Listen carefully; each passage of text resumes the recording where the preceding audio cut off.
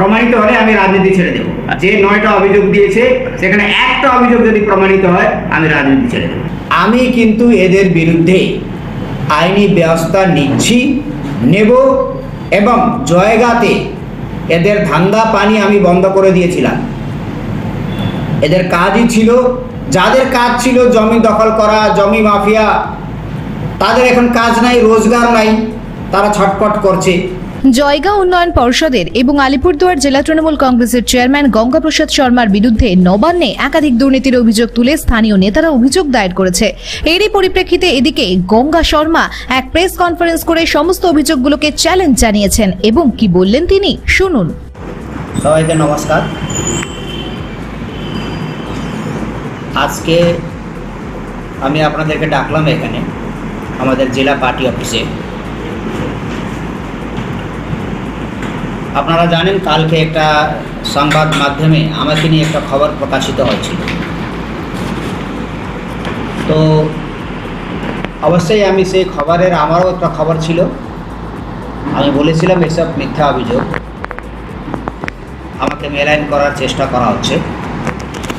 সেই ব্যাপারেই আজকে আমি একটা প্রেস মিট ডাকলাম। সেই খবর প্রকাশিত হওয়ার পরে আমার খুব আঘাত লেগেছে। আর রাজনৈতিক জীবনে বা রাজনীতিতে আমি খুব পরিষ্কার পরিচ্ছন্ন থাকি। অনেক সেখানে অভিযোগ ছিল, সম্পূর্ণ মিথ্যা অভিযোগ। তাই কালকেই আমি আমাদের পার্টির চেয়ারপারসন এবং মাননীয় মুখ্যমন্ত্রীকে তার একটা সম্পূর্ণ তদন্ত চেয়ে একটা চিঠি লিখেছি এবং সেই চিঠি আমি মেল করেছি। এটা আমি পরে আপনাদেরকে দিয়ে দেব কপিটা। আমি এখানে উল্লেখ করেছি যে একটা খবর কাগজে আমার বিরুদ্ধে যে খবরগুলা প্রকাশিত হলো, যে অভিযোগগুলা কিছু লোক আমার বিরুদ্ধে একটা ষড়যন্ত্র করে যে অভিযোগগুলো করলো, তার পূর্ণ তদন্তের দাবি আমি করেছি। আমি বলেছি যদি সে অভিযোগের মধ্যে 1% আমার কোনো জায়গায় সংলিপ্ততা থাকে তাইলে আমি সার্বজনিক রাজনীতি থেকে সরে যাব, আমি রাজনীতি করব না। কিন্তু সাথে সাথে আমি এটাও বলেছি মাননীয় মুখ্যমন্ত্রীকে, যদি এটা শুধু আমাকে মেলায়ন করার জন্য এই অভিযোগটা তুলে থাকে তাইলে কিন্তু তাদের বিরুদ্ধেও তদন্ত করা হোক, কেন কার ইশারাতে তারা এভাবে একটা মিথ্যা অভিযোগ আমার বিরুদ্ধে করেছে। একটা খবর কাগজে সেটা প্রকাশিত হয়েছে, মানুষ সেটা দেখেছে, নিশ্চিত তাতে আমার মান সম্মান আঘাত পেয়েছে, আমি নিজেই আঘাত পেয়েছি। তার জন্য অবশ্যই আমি আমার অ্যাডভোকেটের সাথে কথা বলছি, আমি লিগ্যাল অ্যাকশন আমরা কি করতে পারি তাদের বিরুদ্ধে, সে নিউজ পেপারের বিরুদ্ধে, সে আইনি ব্যবস্থার দিকে তো আমি যাবই। কিন্তু আমি খোলা মনে চাই এইসব অভিযোগের একটা আমাদের সরকার তদন্ত করুক। আর সেই বিনিময়ে এরকম একটা অভিযোগ ওখানে করা হয়েছে বোল্ডারের অভিযোগ, অথচ বোল্ডার কিন্তু এখন সম্পূর্ণ বন্ধ আছে। ভুটান থেকে বোল্ডার বিভিন্ন জায়গায় যাচ্ছে এবং সেখানে আইসিবিসি এক্সচেঞ্জের অভিযোগ। আইসিবিসি এক্সচেঞ্জ এখন 0। আগে যে 10%, 12%, 15% ছিল, এখন জয়গাতে আপনি 8 আনাতে আইসিবিসি পাবেন। শিলিগুড়ি যদি আপনি নিতে চান চাইলে 1 পয়সাও লাগবে না, এরকম অবস্থা আছে। আগের মতন তো অবস্থা এখানে নাই, লকডাউনের মতন অবস্থা এখানে নেই। আর যারা অভিযোগ করেছেন কারা, তাদের দিন শুরু হয়ে রাত্রি 10টার পরে। আর তাদের পরিবারের লোক কারো দোকান দখল করে বসে আছে, কারো সিনেমা হল দখল করে বসে আছে, তাদের কাজই হলো স্মাগলিং করা। তাদের পরিবারের লোক বছরে 3 মাস 4 মাস জেলে থাকে। সেই সব ফেস আমার বিরুদ্ধে অভিযোগ করছে। এটা সাধারণ মানুষকে জানানো উচিত আপনাদের মাধ্যমে বলে আমি আজকে এখানে আপনাদেরকে ডেকেছি। এবং আমি জানতে পেরেছি সেই অভিযোগপত্রতে একজন আসিম মজুমদার হ্যামিল্টন বা কালচিনির একজন লোকের সইন আছে। উনি তো আমাদের দলের লোক নয়, এবং কিছু আমাদের দলের লোকও এখানে আছে। তো আমি এটাই বলতে চাই, এই যে অভিযোগ, এটা একটা বড় ধরনের ষড়যন্ত্র, যাতে গঙ্গাপ্রসাদ শর্মাকে মেলাইন করে রাজনীতিক থেকে সাইডলাইন করে দিয়ে নিজের জায়গা তৈরি করার একটা কুচেষ্টা আমি মনে করছি। আমি কিন্তু এদের বিরুদ্ধে আইনি ব্যবস্থা নেব, এবং জয়গাতে এদের ধান্দা পানি আমি বন্ধ করে দিয়েছিলাম। এদের কাজই ছিল, যাদের কাজ ছিল জমি দখল করা, জমি মাফিয়া, তাদের এখন কাজ নাই, রোজগার নাই, তারা ছটফট করছে। ল অ্যান্ড অর্ডার জয়গার ঠিক আছে, আমরা তাদের কি বলবো, এত 2 নম্বরই কাজ, স্মাগলিংয়ের কাজ, তারা এই ধরনের অভিযোগ যেটা করছে সম্পূর্ণ মিথ্যা। আমি মাননীয় মুখ্যমন্ত্রী মমতা বন্দ্যোপাধ্যায়কে আমি চিঠি লিখেছি, কালকেই মেল করেছি, আর আজকে স্পিড পোস্ট করে পাঠিয়ে দিয়েছি। আমি এখানে লিখেছি সঠিক তদন্ত হোক। এই খবরের কাগজে আসার জেরে আমার মান সম্মানে আঘাত আমি পেয়েছি, পার্টিরও মান সম্মান এখানে ক্ষতি হয়েছে। তাই নিরপেক্ষ তদন্ত আমি চাই, এবং যদি আমি যুক্ত থাকি তাহলে আমি সার্বজনিক রাজনীতি থেকে সরে যাব। গঙ্গা ছেড়ে দেব, প্রমাণিত হলে আমি রাজনীতি ছেড়ে দেব।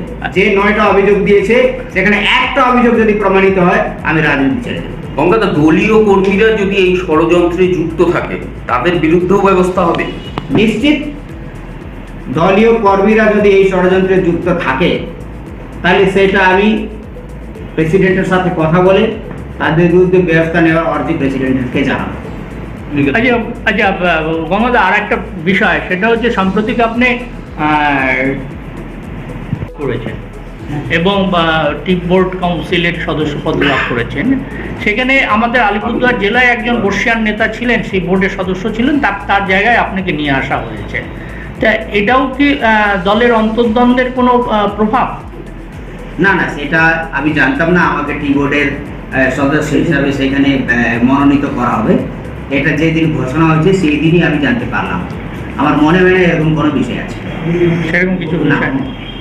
হ্যাঁ, একটা প্রশ্ন, সেটা হচ্ছে আপনি অসীম মজুমদার নামটা বলছেন, উনি যা আপনারা হয়তো আমরা সবাই জানি যে উনি মোহন শর্মা যে আপনাদের ছিল তৃণমূল জেলা সভাপতি এবং পরে বিজেপিতে যোগ দেন, ওনার অত্যন্ত ঘনিষ্ঠ, এবং আপনারা কি মনে করছেন যে এইসব যে পিছনে মোহন শর্মারও কিছু ভূমিকা আছে?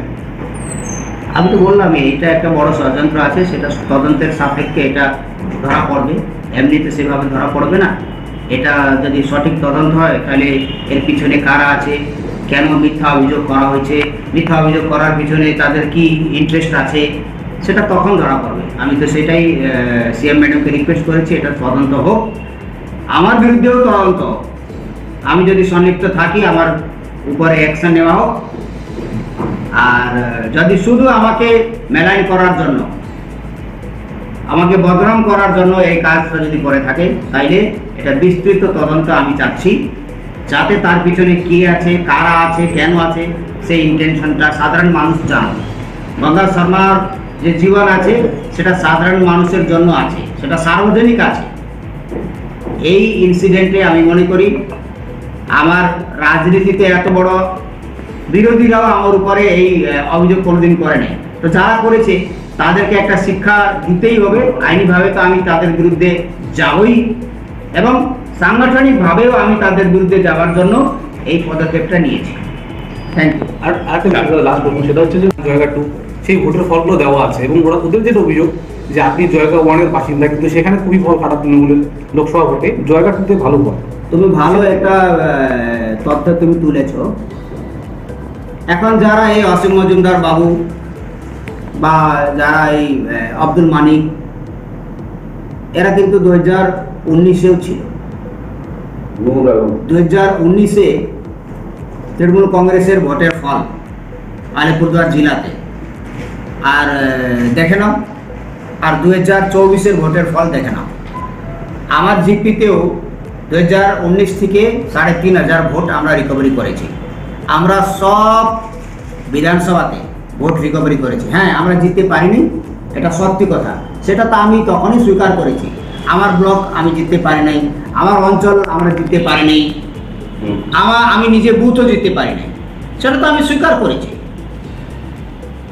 এর মধ্যে তো কোনো দ্বিধা নাই। আমি তো এটা বলছি না না আমি ওইখানে জিতে আছি, আমাকে হারানো হয়েছে, না। মানুষ আমাদেরকে যেরকম আমরা কাজ করেছি সেভাবে মানুষ আমাদেরকে আশীর্বাদ করেনি, পুরো জেলা জুড়েই করেনি। কিন্তু 2019-এর নিরিখে 2024-এর ফলটা অনেক ভালো। আমরা কোথায় 2,43,000 ভোটে পিছিয়ে ছিলাম, আমরা এখন 74-75,000 ভোটে আমরা চলে আসছি। ভালো একটা রিকভারি সবার জন্য হয়েছে। এটা আমাদের যত সিনিয়র লিডার আছে আমরা সবাই মিলেমিশে কাজ করেছি বলে এটা হয়েছে, ঠিক আছে। তো সেই জন্য ভোটের ফলের জন্য সেই কমপ্লেনটা করতে পারতো, ভাই নিজের বুথটা জিতাইতে পারলো না, সেজন্য ওনাকে সরানো হোক, এইসব মানা যায়। কিন্তু তার জন্য কি আর মিথ্যা অভিযোগ করা যাবে? সেটা তো করা যাবে না, সেটা তো মানাও যাবে না। কালকেই আমি জানতে পেরেছি, তার মানে হয়তো নিশ্চিত মানুষকে ভুল বোঝায়, কিছু লোকের সয়েন স্বাক্ষর সেখানে নেওয়া হয়েছে। এবার সবার কাছে আইনি নোটিশ যাবে। অভিযোগ নিশ্চিত, গণতন্ত্র আছে, আমার বিরুদ্ধে কেউ অভিযোগ করতেই পারে, কিন্তু তার তো প্রমাণ হইতে হবে। প্রমাণ না হইলে কিন্তু শুধু মানুষের বিরুদ্ধে অভিযোগ করলাম আর আমার কাছে কোনো প্রমাণ নাই, তাইলে তো তাকে আদালতে কিন্তু টানবো আমি। তাহলে মূলত গোষ্ঠী কোন্দলের জন্য এটা হচ্ছে। গোষ্ঠী কোন্দল আমি ঠিক বলছি না।